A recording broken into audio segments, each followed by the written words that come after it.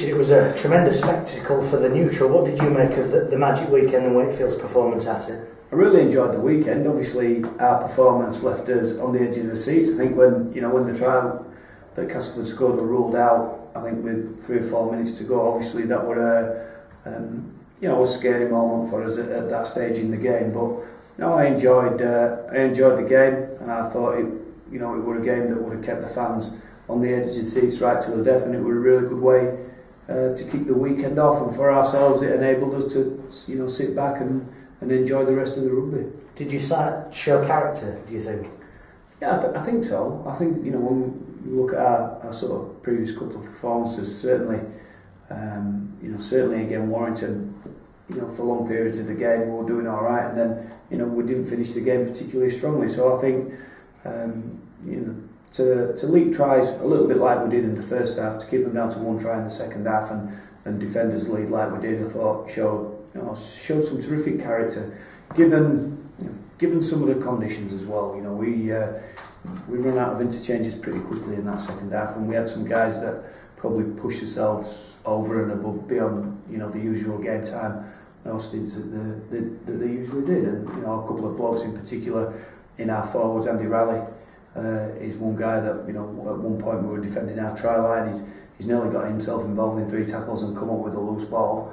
And Paul Layton, who did a magnificent stint in the middle of the field, most of it at hooker, and some of it at loose forward as well. I thought his effort, given the circumstances, given the size of him, and given the amount of work that he managed to get through, what an outstanding show. And as back three did a good job again. And Ben Cockayne is in terrific form. Blotted his copybook a little bit with a bit of a sloppy marker tackle on Stuart Jones that let us a try in. But that apart, I thought he had an outstanding game. What about Tim Smith's, to use a football phrase, bounce back ability? Because he was disappointed with his previous performance, then to come up with a man of the match performance in some style. I think if you watch our games from this year and you have a look at the tries that we've scored and try assists, you probably find that Timmy is at the hub of a lot of those with intelligent tries, with intelligent passes, or getting us around the park to the right areas.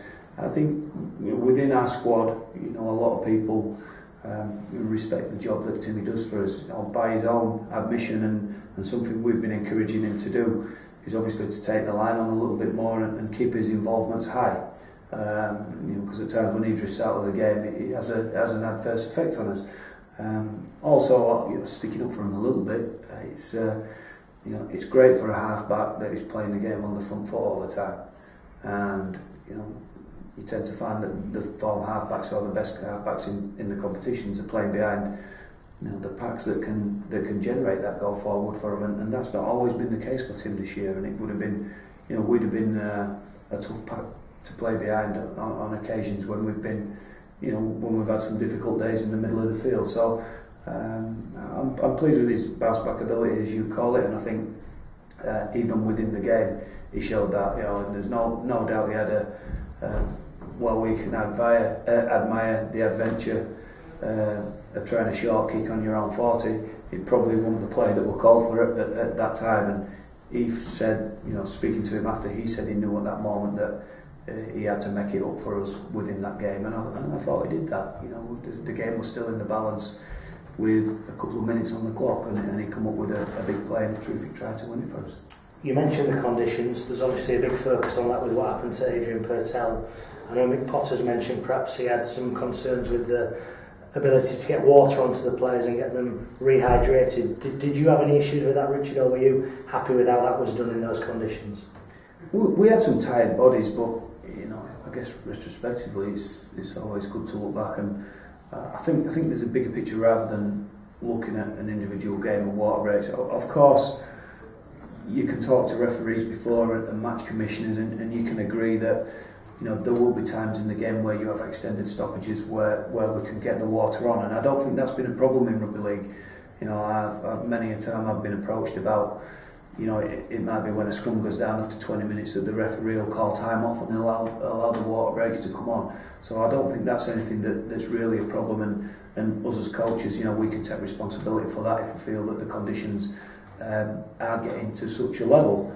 us ourselves, we, like most teams, we had the ice towels, and there's ways that you can get players' core temperatures down really quickly when they come off the field by something as simple as having an ice bucket there for them to stick the forearms into, and that brings them down. But for me to sort of comment around Adrian Patel's condition, we just don't know. I guess we'll leave that to the specialists when they've had a good look at him. I think all we can hope for is that we take all the precautions, whether it be medical screenings at the start of the year. On warm days, we take the required sort of courses of action, and hope that these instances don't come around too often, and hopefully that Adrian's all right. What did you make of the London Broncos' performance at the weekend? Well, they're playing a tough team. They certainly were playing a tough team. I thought there was some good elements in there. I think one thing they do is they carry the ball really strongly. In Kafusi up front, and a couple of guys. Like Tony Club, I think the wingers, the young guys playing on the wing, don't mind carrying the ball as well.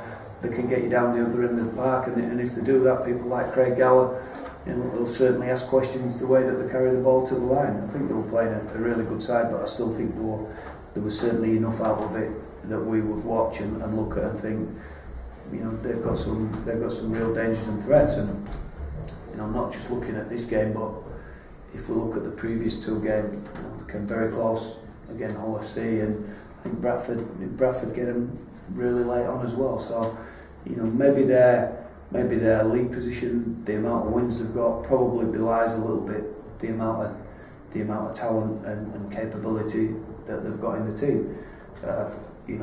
There's also no point shying away from the fact that they'll be disappointed to have just the 2 wins and probably see the season as underperforming a little bit. So we've got to be very wary of that. That obviously one of the wins were against us, and they can probably utilise that coming into this week. I think we can utilise it too. Is there a feeling from coming from a derby victory and the emotion that provokes that this could be the start of a run, the start of some momentum for the club? We'd like to think so. We did feel coming into this sort of run of fixtures, this were a really important one for us.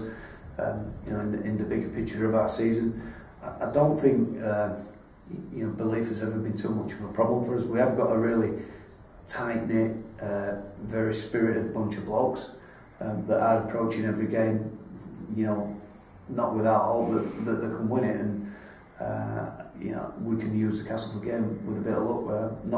Not just the fact that we got a win, but the way that the win came about and some of the traits that we saw within that. And we're back at home. We enjoy playing at home, and we've got to look upon this game as an opportunity to get ourselves rolling. Squad wise, how's it looking? Ollie Wilkes is still the main long-term injury, is he? Yeah, well, he's back, so that gives us another front row to pick from. And Ollie's form, just before he got injured, we thought we'd worked really hard, and Ollie had worked really hard on certain aspects of his game. It gives us plenty of punch, and he was in good form. So let's hope that he can, get back on where he left off. Well, obviously, he's had a few weeks on the sideline, but he's worked really hard while he's been off, and he's got the go-ahead to be back in our squad this week, and he'll probably make the 17. Anybody else that you can rule in or out at this stage? No, I think we're pretty much similar to last week, with the addition of Ollie. Thank you. I was just going to say, you're not going to get a better chance to get back-to-back victories, are you, realistically, at home against second bottom team? Probably not on the back of a win against second bottom. No, probably not. It's a good opportunity for us, but London will be looking at it as a good opportunity as well. I think when we've looked at our season, we look at Castleford and London earlier on in the year as the 2 games that we feel were the 2 most damaging and disappointing performances for us. Castleford at Easter and the week before against London. I'm not too sure that the points margin on that night necessarily reflected the difference between the 2 teams. I thought there was some, I'll use the word strange refereeing calls that night that really affected the momentum of the game. But no doubt they were 2 damaging and hurtful performances for us. And we talked about it last week, building into Castleford. We're not a team that hugely talks about revenge and things like that, but we did use it last week in Castleford, and I think it's going to be something that as a group of people we'll talk about last time, because we felt we let ourselves down,